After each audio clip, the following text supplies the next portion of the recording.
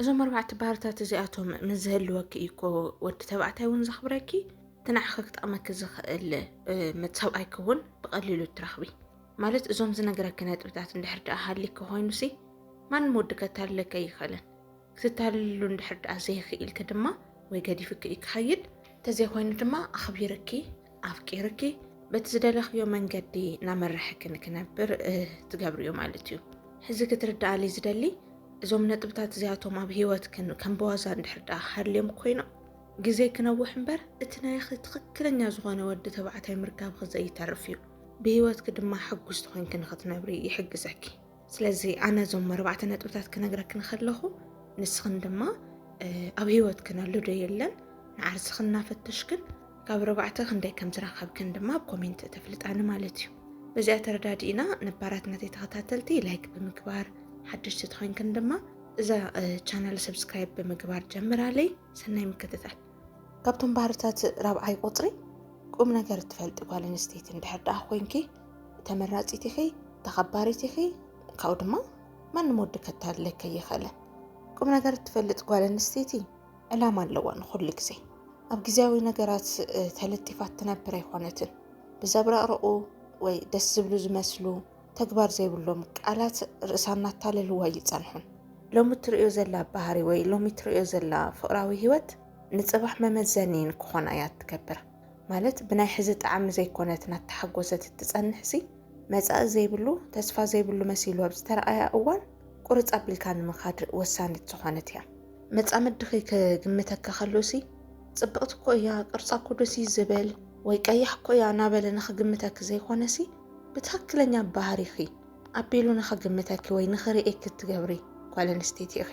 ሽሕ ግዜ ጽብቕቲ ኹኒ፣ ሽሕ ግዜ ደስ ዝብል ነገር ኣብ ተፈጥሮኺ ይሃሊ፣ ተዓብዪ ነገር ኣብ ርእስኺ ከም ዝኾነ ኣጸቢቂ ትፈልጢ ኢኺ። ስለዚ ቁም ነገረኛ ምዃን ንሂወትኪ ዘለዎ ረብሓ ኣጸቢቂ ስለ ትፈልጢ ልዕሊ ምንም ቀዳምነት እትህብዮ ነጥቢ ይኸውን። ሳልሳይ ድማ እዛ ተኸባሪት ወይ ተፈታዊት ተዘይኮይኑ ድማ ማንም ወዲ ከታልላ ዘይኽእል ጓል ኣንስተይቲ ዘለዋ ባህሪ ኣብ ፍቕራዊ ሂወት መራሒት ኣይትኸውንን። እዚ ተፈጥሮ ንኽትለቂ ጓልነት ቀስ ብቐስ ክትስእንዮ ናይ ወዲ ባህሪ ንኽትውንን ዝገብረክ እዩ። ርኢኽ ዶ ትፈልጣ ኣብ ሓደ ፍቕራዊ ርክብሲ ልዕሊ ትወዲ ሓላፍነት እትወስድ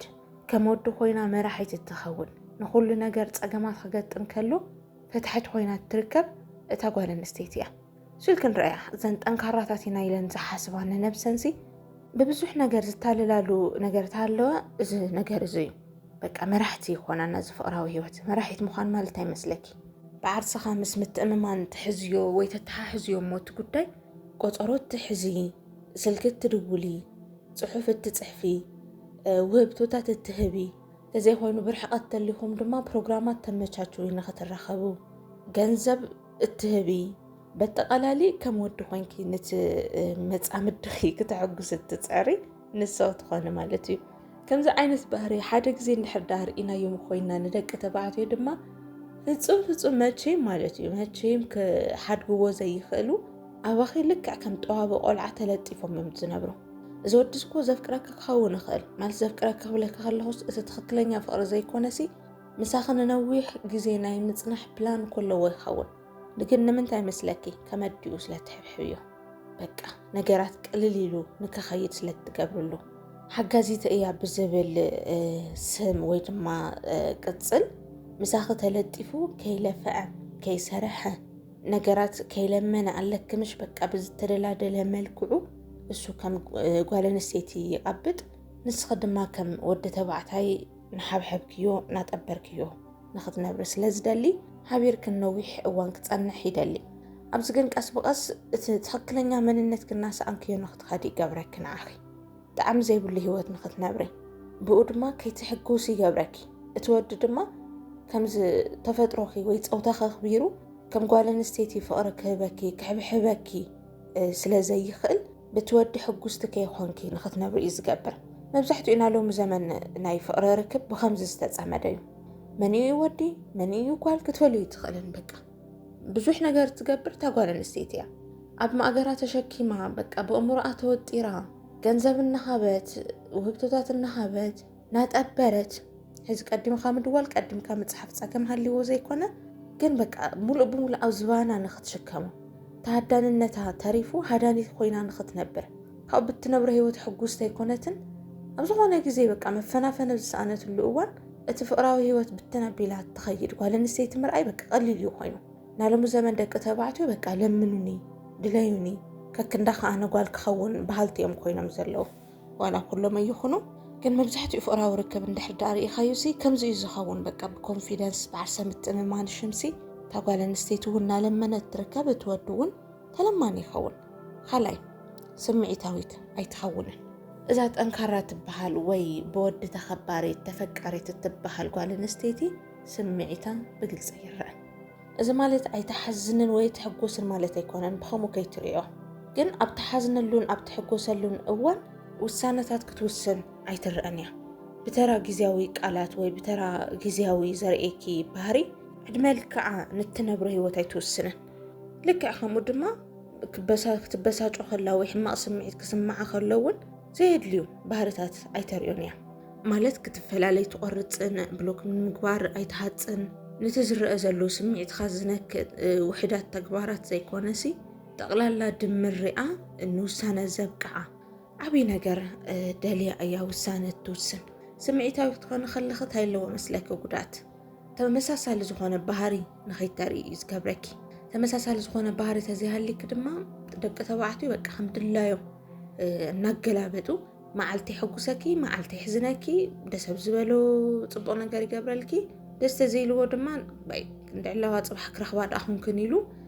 ታናቱ ተድልዮ ወይ ስምዒቱ እትሕጉሰሉ ነገር ጥራሕ ንኽገብር በር ምኽፋት እዩ ከምዚ ዓይነት ባህሪ ተልኪ ሓደ ከምቁም ነገር ኣይሩ ኢኻ በቃ ብጣዕሚ ትለሕዝን ነገር ተበሳጭኺ ባኺኺ ብጣዕሚ ሓዚንክሲ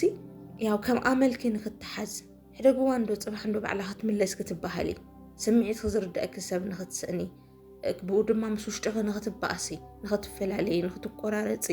ዝገብረኪ ዓይነት ስምዒት ንኽፍጠር ስለ ዝገብር ስምዒትካ ቅልጥፍ ቅልጥፍ ኢልካ ብምቕያር ንወዲ ተባዕታይ ምርኣይ ብጣዕሚ ሓደገኛ እዩ ሕዚ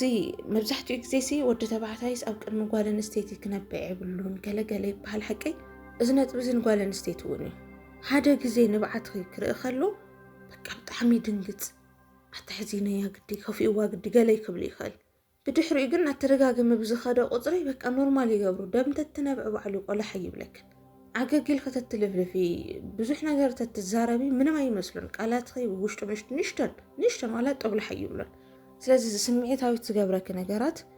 ብሙሉእ ተወግዲ ናይ ገደኒ ማለት እዩ ጠንካራ ጓል ኣንስተይቲ ክትኾኒ ወይ ተኸባሪት ጓል ኣንስተይቲ ኢሎም ዝገልጽዋ ዓይነት ክትኾኒ ልሕርዳት ደሊ ኮይንኪ እቲ ቀዳማይ ናሞዳሳ ድማ ግዜ ትመርጽ እያ እዛ ጠንካራ ትበሃል ጓል ኣንስተይቲ እዚ ማለት ትርፍ ሰዓት ስለ ዘለዋ ጥራሕ በቃ ሙሉእ መዓልቲ ምስ ሓደ ሰብ ምጭጭ እናበልካ ምውዓል ኣመላ ዘይኮነ ጓል ኣንስተይቲ ማለት እዩ እዚ እዩ ክትማኖ ወይ ክትረሓሓቅ ዋላ ብሓደ ናውዓልካ ናዕለልካ ናስሓቅካ ናትፃወትካ ናውዓልካሲ ግን ልብኻ ንክረሓሓቅ ዝገብር ስምዒትካ ምትእስሳሩ ንክጎድል ዝገብር እዚ ባህሪ እዚ እዩ ግዜ ብዘይ ምምራፅ ሙሉእ መዓልቲ ምስ ሓደ ወዲ ክትዘራረቢ ምውዓል ኢቭን መፃምዶ ክኸውን ይኽእል እዩ ነገራት ምስ ጣዕሞም ከለው ከይተማኖኹም ክተቋርፅ ዘይትኽእሊ ጓል ኣንስተይቲ ተኾንኪ እቲ ወድና መንወኪ ንክኸይድ ዝገብሮ ንሕና እውን ኣክቹሊ ከምኡ ኢና በቃ ሙሉእ መዓልቲ ናውጋዕና ዝውዕል ምሳና ልጥፍ ምጭጭ ኢሉ ዝውዕል ወዲ ተኾይኑ ቀልጢፍና ኢና ንመኖ ሓቂ በቃ ይፅለና ዋግኡና ወረድና ይኸይድ ትወዲ ንሳቶም እውን ብከምዚኦም ዝሓስቡ በቃ ሙሉእ መዓልቲ ምስኡ ሓቢራቱ ትውዕል ጓል ኣንስተይቲ ተኾይና ሓድሽ ነገር ይስእነላ ኣብ ውሽጣ ዘሎ ኩሉ ነገር ብሓደ ግዜ ክፈልጦ ይገብር እሞ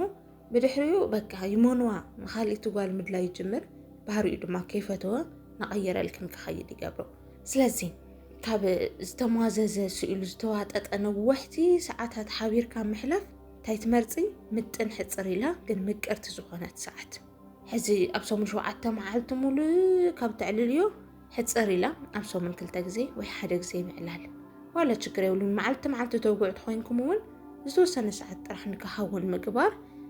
ዝሓሸ እዩ ክትኽበር እዩ ዝገብረኪ በቀሊሉ ክረኽበኪ ከምዘይኽእል እውን ንክሓስብ ይገብሮ እዞም ባህርታት እዚኣቶም እንድሕር ዳኣ ወኒንኪ ኮይንኪ ብሓቂ እውን ትኽበር ኢኺ ትምረፅ ኢኺ ማለት እዩ كندي كم زرخب كنا بكومنت سيكشن أفلت أن إخنا بقت على دما قال لي حساب حزال كنا متزية حساب شو سلام.